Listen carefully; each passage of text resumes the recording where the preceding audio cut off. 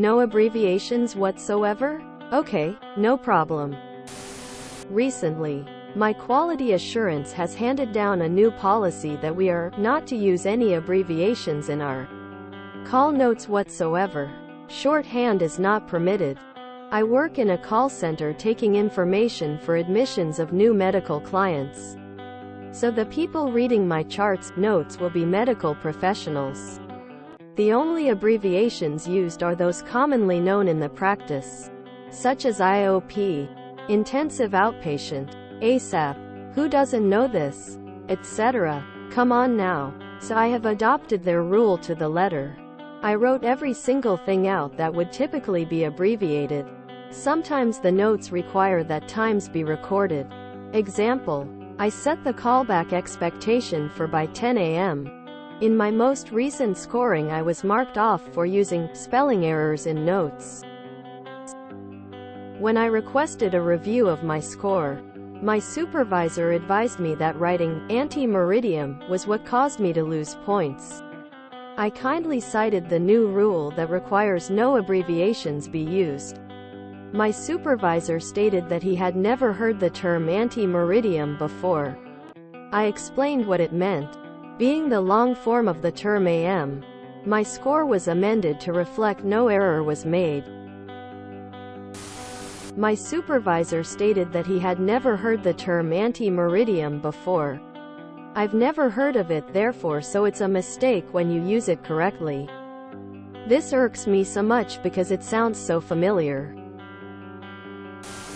Really lucky you don't work in light amplification through stimulated emission of radiation support. Wait until he hears about post-meridium.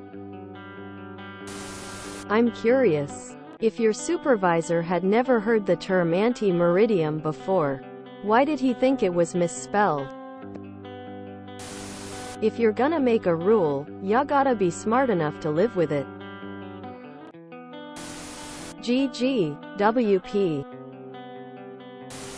On the 18th day of February, the year of our Lord 2023, Common Era, at 47 minutes past 7 of the clock, post-meridian, I elected to post this comment. I thought it was after morning, LMAO. And PM is after morning, obviously.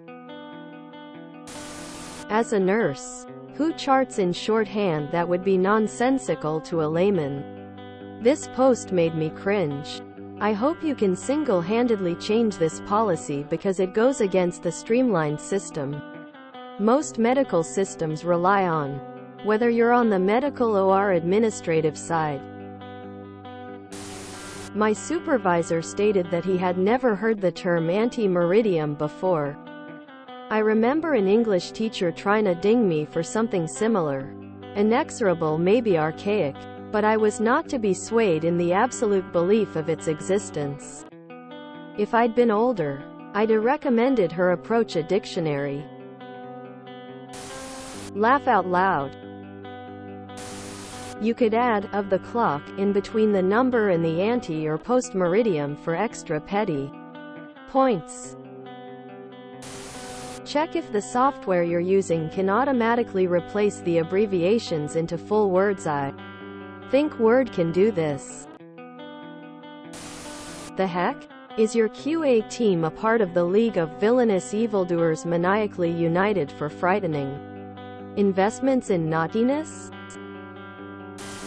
I may actually start saying anti-meridian in day-to-day convo. See how long before somebody wonders what I'm saying. Tears of joy. I would love that rule or something in between. We have far too many abbreviations in my company.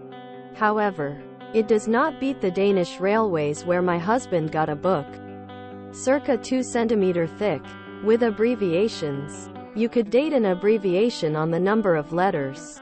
2 were old, 5 were young. I used to be a quality manager at a chemical distributor supplying many different trades. I got a lot of questions from customers using their typical trade abbreviations. I love to Google them and find a couple of abbreviations. E.g., the name of a brass band in a US state, I'm European, and then write it to the customer and inform them that I couldn't really understand what they asked. 4. My very kind sector manager at my present work has the initials PBA, which could be professional badass. He likes that.